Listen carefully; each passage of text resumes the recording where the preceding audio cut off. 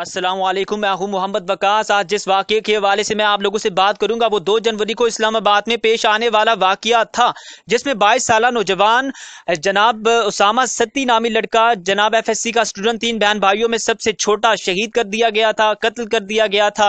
और 5 पुलिस एहलकार जनाब इसमें मुलव्वस थे और 17 गोलियां बरसाई गई थी। और जनाब उनके वालिद का कहना था कि वो अपने एक दोस्त को रात 2 बजे ड्रॉप करने गया था नेस्ट यूनिवर्सिटी, और जनाब वापसी पर पुलिस एहलकारों ने उसकी गाड़ी का ताकुब किया और उसकी गाड़ी पर 17 फायर किए और मौके पर ही जनाब उनका बेटा दम तोड़ गया। और पुलिस एहलकारों का मौक़िफ़ ये था कि रात उनको जनाब कॉल मिली कि ये जितनी भी काले शीशों वाली गाड़ियां उनका ताकुब किया जाए, उनको उनको रोका जाए। और उसामा सत्ती ने गाड़ी ना रोकने पर इसकी गाड़ी पर फायरिंग की गई और वो मौके पर ही जहां बहक हो गया था।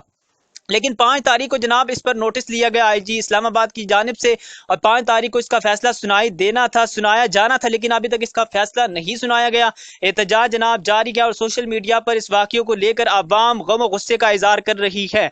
और जनाब इसके अलावा इस वाक़ये के और इससे इससे पहले भी बहुत सारे वाक़यात जो है वो रोनुमा होते रहे हैं। कराची में नकीबुल्ला का वाक़या भी आपको याद होगा, साहिवाल वाला वाक़या भी आपको याद होगा, जिसमें बच्चों के सामने उनके वालिदैन को कत्ल कर दिया जाता है। और कराची में भी जनाब बेगुनाह शहरियों का कत्ल होता रहा है। कोई डॉक्टर जो है वो पुलिस वालों की गोलियों की जद में आता रहा है, कोई स्टूडेंट आता रहा है, तो कोई ताजर आता रहा है। तो ये बहुत सारे जो सवालात हैं वो पुलिस की ट्रेनिंग पर भी उठाए जा रहे हैं। इसमें नाकिस कारकर्दगी है पुलिस वालों की। और जनाब जब भी आपको किसी गाड़ी को रोकना होता है तो आप उस गाड़ी को किस तरीके से रोकते हैं? सबसे पहले आप उसके टायरों पर फायर करते हैं।